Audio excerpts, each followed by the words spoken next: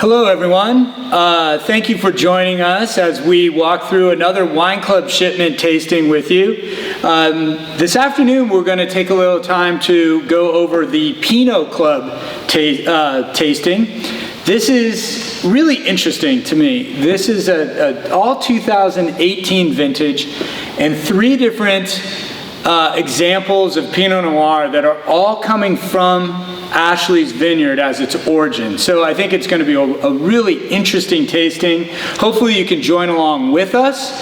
If not, when you do get a chance to enjoy these wines, hopefully we can give you some things to think about when you do get a chance to taste them. I'm here with Ashley Parker Snider, my lovely wife, and our head winemaker Blair Fox. And I am Tim Snider, for those of you that we haven't had a chance to meet. So let's dive right into these Pinot Noirs. The first one is the older barrels. Actually, we'll do older barrels, and then we'll taste Clone 115, and finally Pommard Clone, again, all from 2018. So Blair, I'm going to turn it over to you and ask you to kind of talk a little bit about this older barrel Pinot Noir. Sure. Well, what's exciting me, Tim, too, is like these are all 2018 vintage, and we've talked about it a little bit, but it was just a fantastic vintage across Santa Barbara County, but really specifically for Pinot Noir. Pinot Noir, ripened really slowly. There were no really large heat or climactic events that made us have to react, knee-jerk to it. So it was nice just being able to spend a lot of time in the vineyard, tasting through these grapes. And also there was a decent size yield, nothing large, nothing tiny, so it was one of those just great moderate years where things happened slowly and were stretched out, and I wasn't... Cooperative. Yes, cooperative. Mother Nature was cooperative. So that's an exciting thing, and I think these wines are all just showing outstanding. They're also just recently bottled. We just recently bottled these wines at the end of February. So, and for them to already be showing so well, that's promising and exciting. So, but older barrels. This is a wine that sees no new French oak. They're all considered neutral or older. And it's a running joke at the winery. We'll fill you in when you come. With neutral barrels, basically you're not getting those spice elements. You're not getting chocolate, vanilla. You're not getting the toastiness, the smokiness that new French oak can actually add to wine.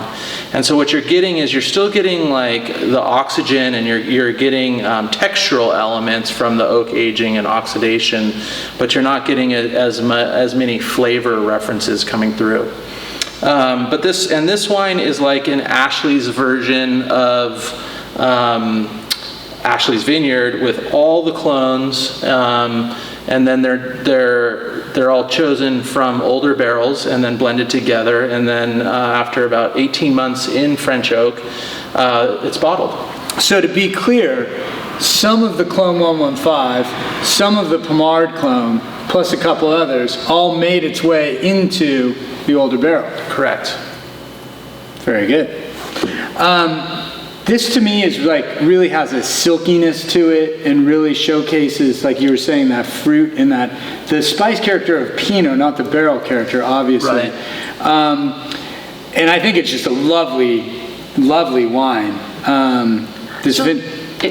Sorry, I don't mean to interrupt. I was just going to say, you get the spice, and you get a little bit of the tannin structure, but it's a positive experience, you know what I mean? It's just kind of the perfect amount, and it again adds a little more structure to it even without the oak influence. It's kind of amazing. And I think with all the structure and acidity you see with these wines, that's going to lead to this great, age-worthy quality, especially with this vintage. How will this wine age versus one that received a higher percentage or a percentage of new oak? I think oak can help in some cases with aging, but it can actually also become more pronounced with aging. When the fruit falls away. Exactly. Then it really depends. But I think, again, we're doing whole cluster. So these grapes are all picked at night. They all come into the winery cold. We're hand sorting it all. We're berry sorting it all. We're not crushing any of it. So it's a super delicate touch when it comes to Pinot Noir. And then when we're talking about whole cluster, it's grapes that are still attached to the stem and then hand sorted directly into a fermenter and then fermented, and you get more of a carbonic kind of flavor. So you get this freshness of fruit as well that's coming through. And then with the stems and whole cluster, you're also getting kind of a savory, slight herbaceous herbal element to it, which I think adds to the overall complexity of these wines. Not to dwell too much, because I know we need to move along, but the carbonic maceration is kind of when the weight of the clusters, right? They start to degrade, and then sort of the weight of it, they kind of press themselves, if you will. Well, and it's a fermentation inside the berry. So carbonic maceration is where you're actually having fermentation from the inside out. And when you're crushing grapes or they're crushed and the juice is out, then that's just all starting to ferment all around the skins and berry. So that's really the difference. Okay. It's kind of an inside out type of fermentation. Very cool. I've been skipping ahead over here to the second wine, and this Clone 115 is, again, just a lovely expression. I know that this is one of your favorite blocks in the vineyard, maybe of all of our vineyards. This has been one of the favorites among our wine club members for years, this particular bottling. And so would you mind talking a little bit about what makes this wine special? I mean, 115 is a super special block. It's block 1 out at Ashley's Vineyard, and it's a kind of a gently rolling, steep rolling south-facing slope. And it was all planted to clone 115.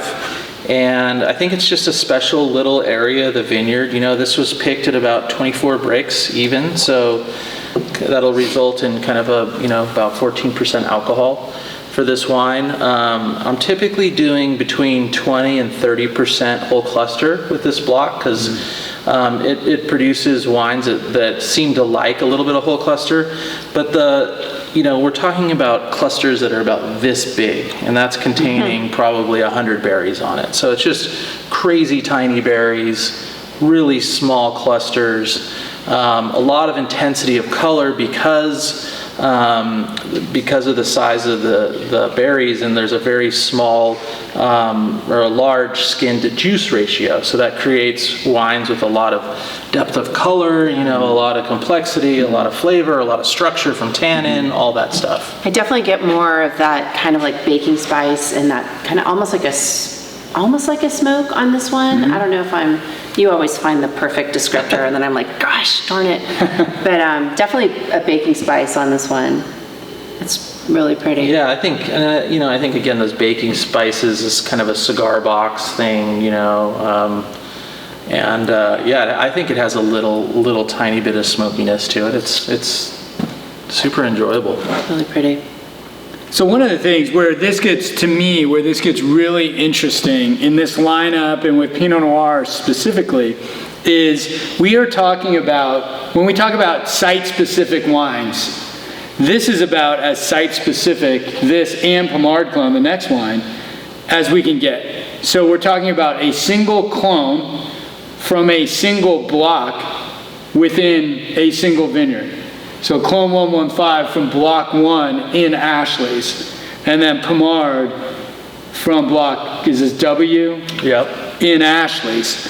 So now what we're doing is we're getting down to... You're geeking out is what Yes, you're doing. we are. We're getting to clonal selections, and you also have Dijon clone and Pommard clone, so different areas, obviously origins from different parts of Burgundy. But you're talking about two different blocks, maybe 300 meters apart as the crow flies within Ashley's vineyard, but the wines, when we taste them, are so very different. So different.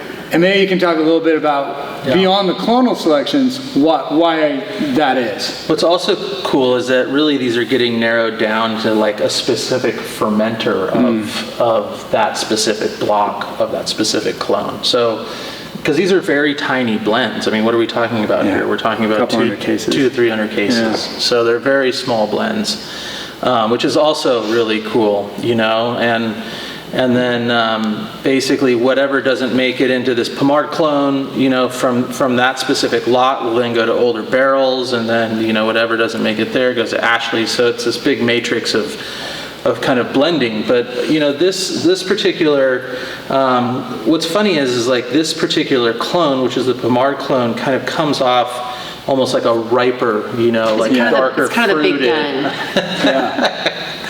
It's definitely like a darker fruited, kind of riper tasting, although it can be picked at the same sugars, you know, it just has like that darker fruit profile to it.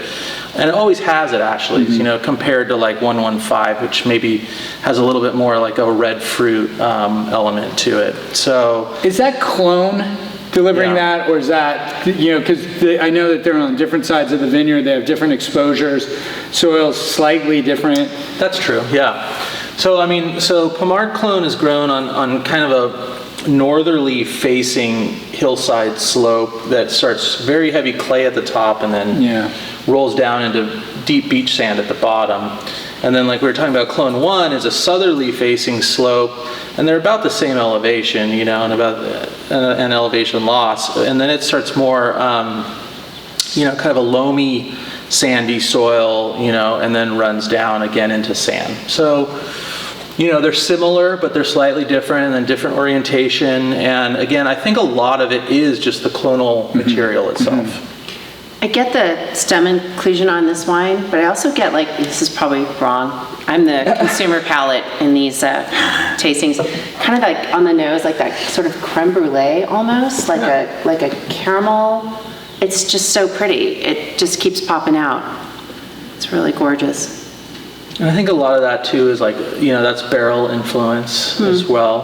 And I think, you know, barrels add some really neat components to wine. And that's why we're still using French oak barrels that are from 200 plus year old trees that have been grown in France.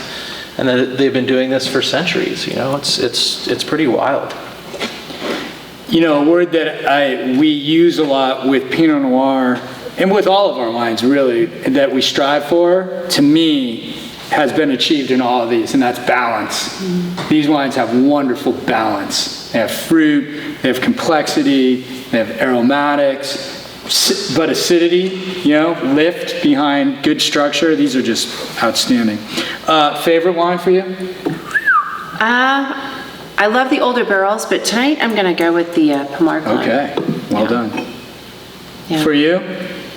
I don't know, it's a tough one. Like, they're all so different and so beautiful. And in an hour, they'll be different again. That's right, yeah. And I totally agree with the balance, and just kind of what's great too is there's like a femininity about these wines, and they're pretty wines. You know, they're just pretty wines. So I don't know. It depends on what I'm going to eat for dinner, probably, with which one I would go for. Yeah. Well, we hope that you guys all enjoyed these. Yeah. And if you have a favorite wine, feel free to send it our way. We'd love to hear from you. Unfortunately, it's a little more difficult for us to welcome you here and see you all these days. Hopefully that's going to change sooner rather than later. And enjoy these Pinot Noirs. Come back and see us. We'll all toast together in good time. And until then, thank you very much. Cheers. You stay well. Cheers. Cheers.